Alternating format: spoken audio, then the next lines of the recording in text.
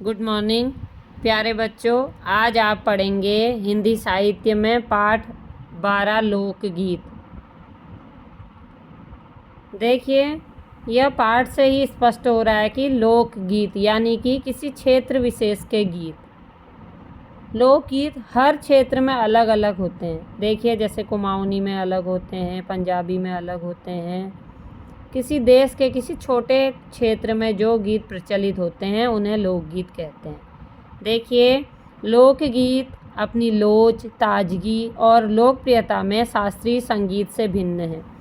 ये शास्त्रीय संगीत जैसे नहीं होते हैं। ये लोकगीत होते हैं जो देश की आम जनता भी गाती है, कोई भी गा सकता है इनको। लोकगीत सीधे जनता के संगीत हैं। घर, गांव और नगर की जनता के गीत हैं ये हम लोग जो भी उस क्षेत्र में रहते हैं वह गा सकते हैं बहुत आसानी से लोकगीतों को। इनके लिए साधना की ज़रूरत नहीं होती है, किसी भी इनके लिए प्रैक्टिस की ज़रूरत नहीं होती है, अभ्यास की ज़रूरत नहीं होती है लोकगीत गाने के लिए। आप लोग ने देखा होगा,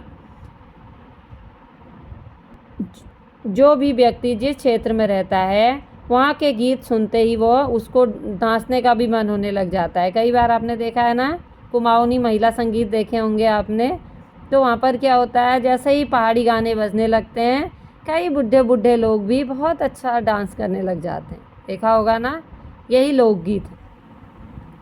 त्योहारों और विशेष अवसरों पर ये गाए जाते हैं, सदा से ये गाए जाते रहे हैं। ये लोकगीत अधिकतर क्या होते हैं, त्योहारों में ही गाए जाते हैं और इनके रचने वाले भी अधिकतर गांव के ही लोग होते हैं। स्त्रियों ने भी इनकी रचना में विशेष भाग लिया है। ये गीत बाजों की मदद के बिना ही या साधारण ढोलक, झांझ, करताल, बांसुरी आदि की मदद से गाए जाते हैं। लोकगीत गाने के लिए कोई निश्चित बाजों की ज़रूरत नहीं पड़ती है, ये साधारण से ढोलक में भी गा सकते हैं। एक समय था जब शास्त्रीय संगीत के सामने इनको हे समझा जाता था। पहले क्या था कि शास्त्रीय संगीत को विशेष महत्व दिया जाता था, लोकगीतों का कोई महत्व नहीं रह जाता था। लेकिन अब क्या होने लग गया है, अभी हाल तक ही इनकी बड़ी उपेक्षा की जाती थी, यानी कि मजाक जैसे बनाया जाता था लोकगीतों का।